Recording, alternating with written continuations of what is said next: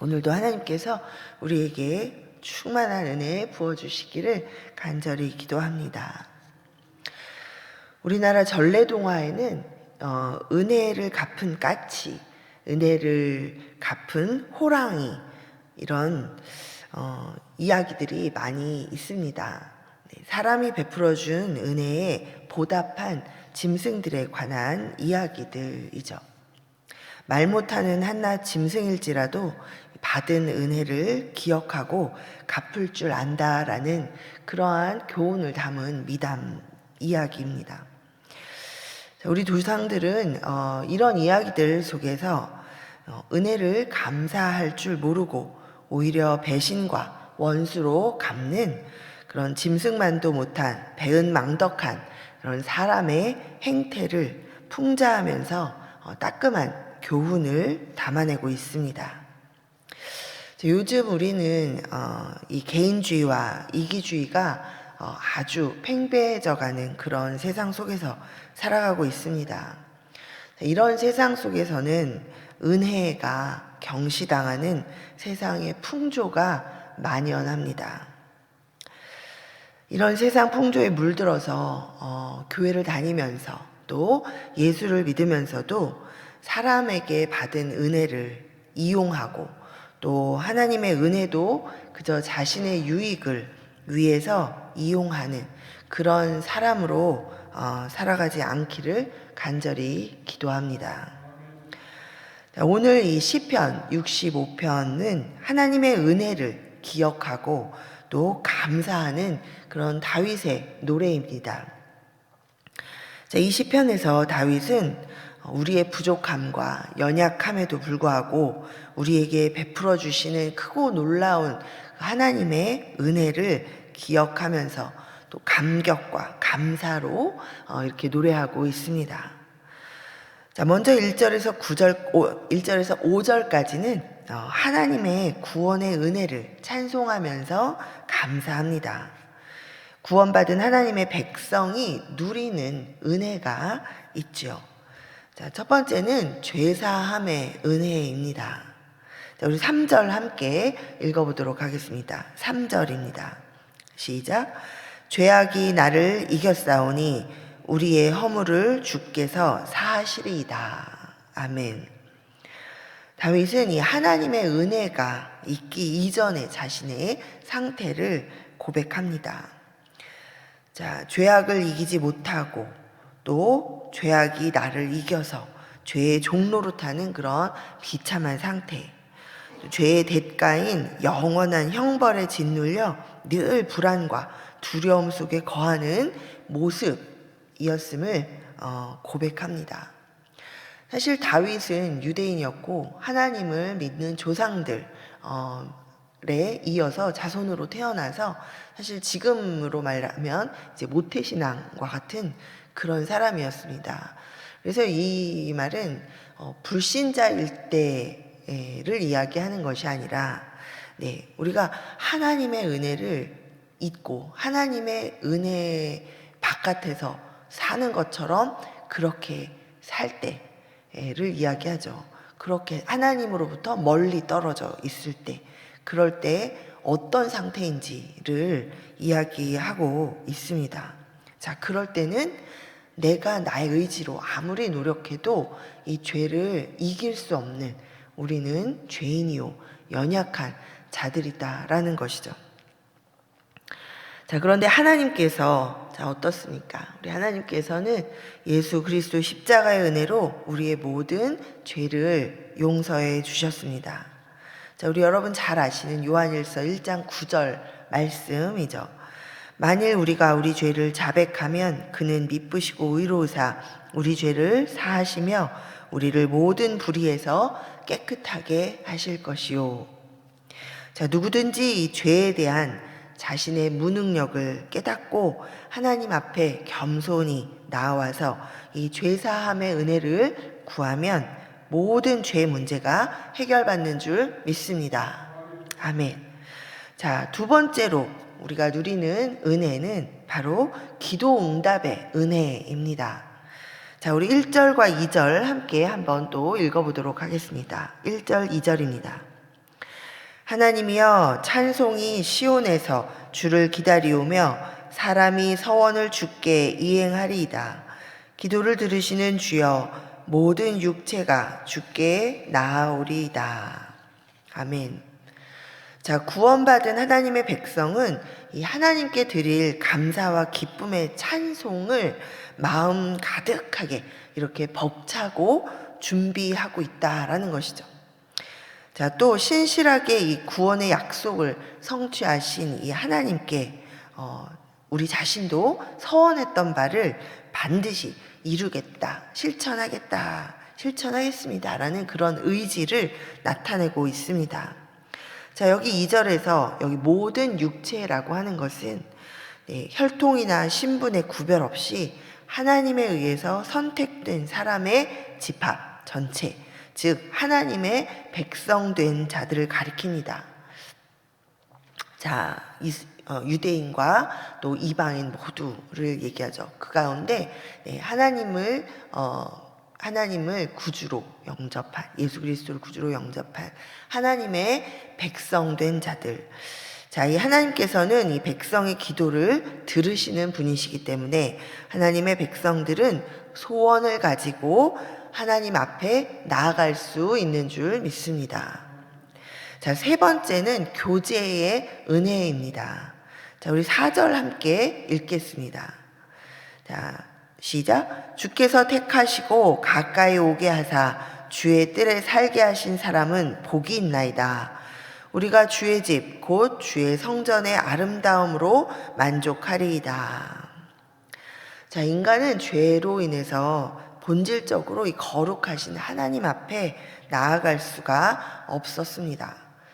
자, 그러나 이 하나님께서는 예수 그리스도의 십자가를 통해서 하나님께로 나아갈 수 있는 구원의 길을 열어주셨습니다. 여러 가지 말씀이 있지만 에베소서 3장 11절 12절에 보면 사도 바울이 이렇게 우리에게 설명하고 있습니다. 곧 영원부터 우리 주 그리스도 예수 안에서 예정하신 뜻대로 하신 것이라. 우리가 그 안에서 그를 믿음으로 말미암아 담대함과 확신을 가지고 하나님께 나아감을 얻느니라. 자, 하나님께서 베푸신 이 구원의 은혜로 말미암아서 우리는 하나님의 임재 안에서 하나님과 교제하면서 진정한 기쁨과 평안을 누리게 되었습니다. 여기 이 말씀에 주의 성전의 아름다움으로 만족하리이다라는 표현은 이 성전, 자, 성전에서 누가 만납니까?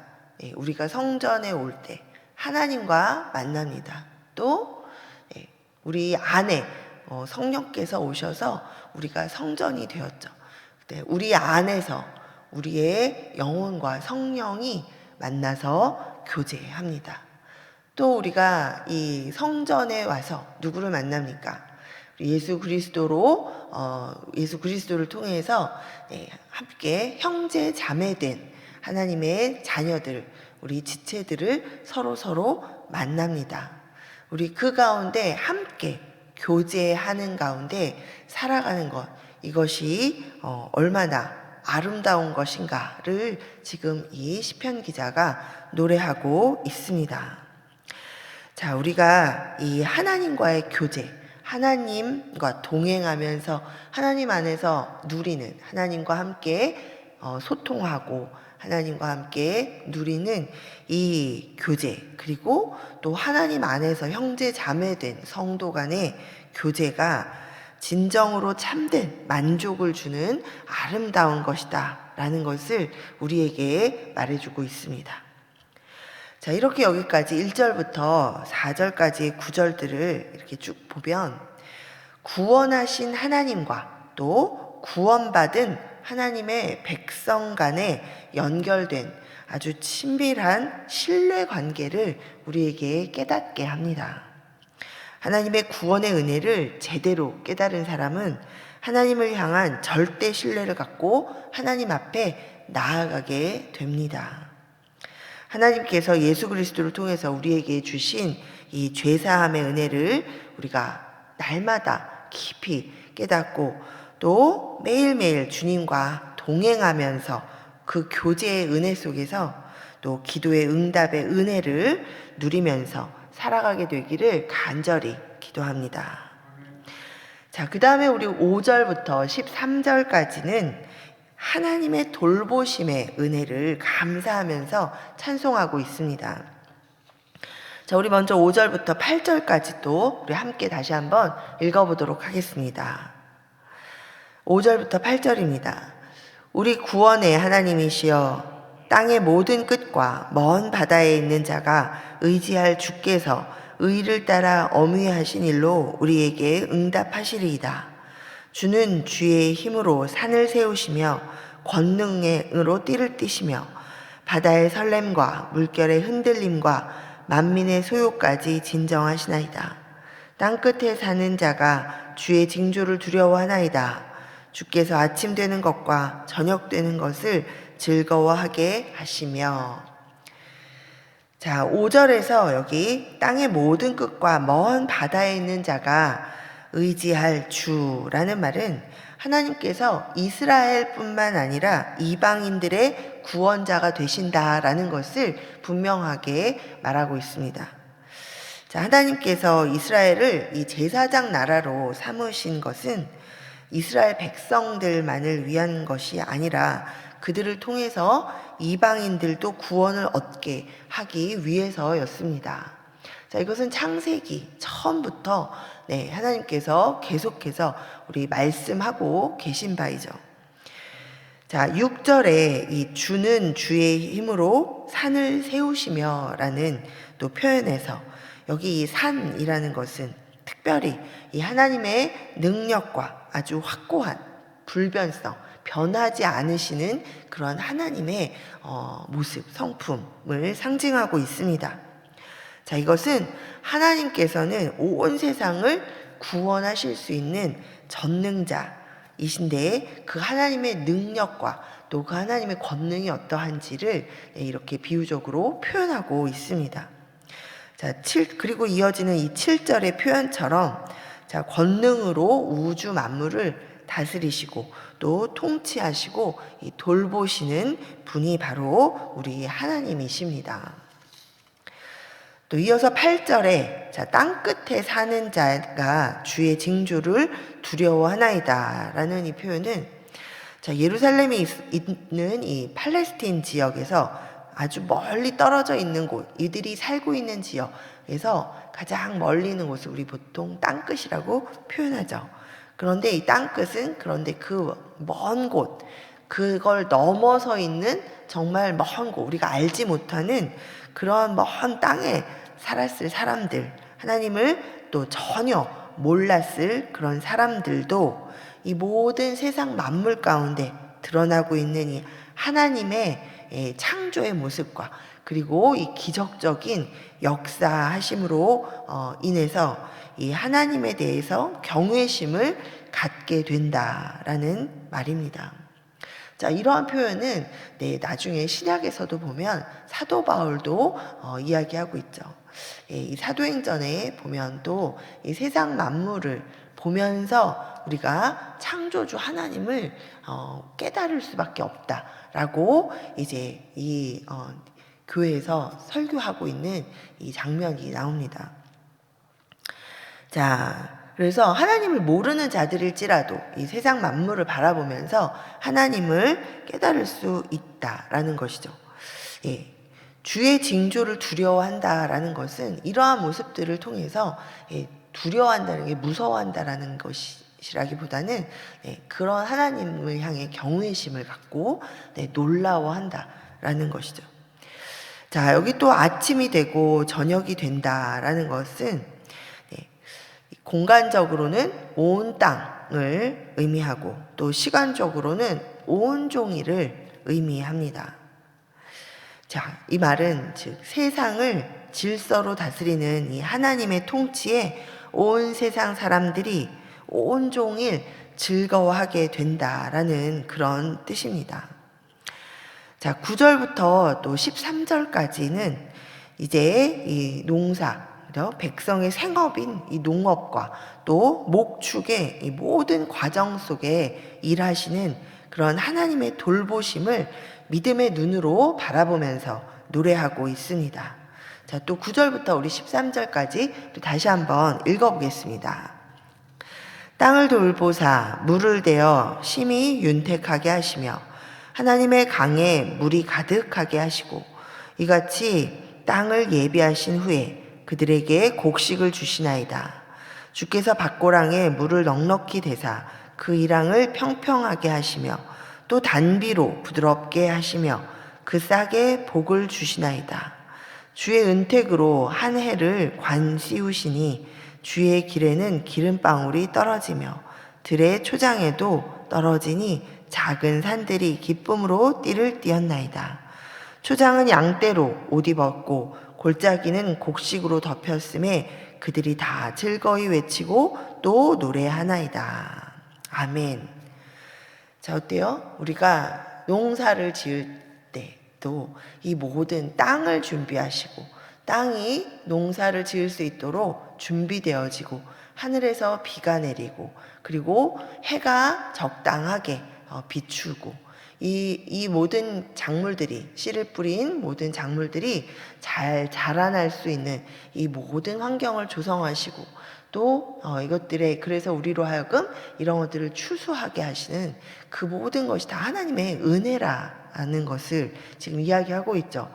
또 우리는 지금 이렇게 바깥에 보면 풀들이 엄청 많이 있지만 이 풀들도 하나님께서 이 풀이 자라나도록 비를 주시고 때에 따라서 이 풀들이 있을 수 있도록 이 초장을 만드시는 분이다라는 것을 이야기하고 있습니다. 이 초장에서 풀을 뜯어먹는 양들을 그래서 목축을 우리가 할 수 있음을 깨닫고 있습니다. 자, 이것이 무엇입니까? 우리가 누리고 있는 모든 것이 다 하나님께서 주신 것이다라는 것을 우리가 기억해야 한다라는 것입니다. 자, 이 일상에서 누리는 이 소소한 모든 것들이 그저 우연이 아니라 하나님의 은혜인 줄 믿습니다. 자, 그런데 우리는 이 평범한 일상을 당연하게 여기면서 감사를 놓칠 때가 많이 있습니다. 오히려 나에게 주어지지 않는 것들로 인해서 그런 것들만 생각하면서 불평할 때가 많이 있지요. 자, 우리에게 이 성전 지어진 것이 얼마나 감사합니까? 그렇죠? 네. 사실 보통 성전을 함께 지으셨던 분들은 이것을 더욱더 소중하게 여깁니다. 성전이 다 지어진 후에 오신 분들도 누리면서 감사함을 느끼시지만 이 성전을 함께 벽돌을 나르고 또 이 공사에 함께 참여하면서 또 함께 기도하면서 정말 한 땀 한 땀 바느질을 하듯이 성전을 지으셨던 분들은 정말 얼마나 감사한지 이것을 늘 생각하죠. 우리 성전을 왔다 갔다 하면서. 예전에 제가 가끔 들었던 이야기인데 요즘은 여기 캐나다에서는 우리가 다 또 렌트도 많이 살고 그러는데 한국에서 새빵살이의 서름이라는 거 그런 얘기를 많이 들었습니다. 그래서 새빵 살다가 집 한 칸을 마련하면 얼마나 기쁜지, 그죠? 내 집이라는 거 누가 바로 나가라고 하지 않고 또 내가 모든 이 공간을 누릴 수 있고 이런 그 복을 누리는 거죠. 자, 이것이 사실 우리가 지금 이렇게 누리고 있으면서도 어느덧 이것이 너무나 자연스럽게 주어진 것처럼 생각하고 또 그냥 당연하게 늘 내가 누릴 수 있는 것이라고 그렇게 생각해서 우리가 이런 것들 감사하지 못하고 살아갈 때가 많이 있습니다. 여러분 지금도 이 교회 자기 교회가 없는 그런 우리 성도분들은 다른 공간을 또 우리 교회도 지금 필리핀 교회에서 또 시간을 빌려서 예배를 드리고 계시고, 또 스페인 우리 또 성도님들이 또 이렇게 빌려서 또 예배를 드리고 계십니다. 자, 그래서 가능하면 그분들께 너무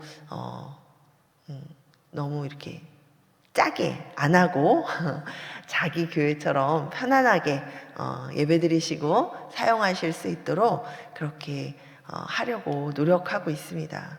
자, 우리가 우리의 공간을 갖고 있다라는 것도 정말 하나님이 주신 큰 은혜입니다. 자, 우리가 이런 모든 것들, 작은 것부터 감사하면서, 또 우리가 누리고 있을 때 이것을 하나님께 감사하면서 정말 잘 누려야 할 줄 믿습니다. 자, 우리가 나에게 주어진 모든 것들, 매일매일 우리를 향하신 이 하나님의 돌보심의 은혜이구나라는 것을 깨닫고 우리 감사하는 우리 모두가 되기를 소원합니다. 자, 미국의 언론인 중에 한 사람인 이 윌리엄 아서 워드라는 사람이 이런 말을 했습니다. 감사해야말로 평범한 날을 특별한 날로, 일상적인 일을 기쁨으로, 평범한 기회를 축복으로 바꾼다라고 이렇게 말했습니다. 자, 현실이 아주 답답하고 문제들이 해결되지 않는 것 같은 그런 어렵고 힘겨운 시간을 지날 때라도 생명을 주시고 인생을 주관하시는 하나님께 우리 감사하게 되기를 바랍니다. 그러면 하나님이 주신 이 매 순간이 은혜인 것을 깨닫게 될 줄 믿습니다. 그리고 그 감사가 열쇠가 되어서 감사하면 감사할수록 정말 하나님께서 주시는 더 큰 은혜를 체험하게 될 줄 믿습니다. 말씀을 맺습니다. 우리 하나님은 예수 그리스도를 통해서 우리의 죄와 허물을 사하시고 자녀 삼아 주셨습니다. 우리 죄사함의 은혜를 매일매일 기억하고 이 은혜가 얼마나 우리를 크게 변화시켰는지를 우리가 깨닫고 살아가기를 소원합니다. 또 인생의 여정을 함께 동행하시면서 우리를 돌보시고 기도 가운데 신실하게 응답해 주시는 하나님이심을 우리가 기억하게 되기를 바랍니다. 우리의 삶 가운데 이미 받고 누리고 있는 이 하나님의 은혜가 얼마나 차고도 넘치는지 우리가 깨닫고 감사하면서 찬송하면서 하루하루를 살아가는 우리 모두가 되기를 바랍니다. 우리 여러분의 감사와 찬송에 하나님께서 더 큰 은혜로 화답해 주시기를 간절히 기도합니다. 아멘.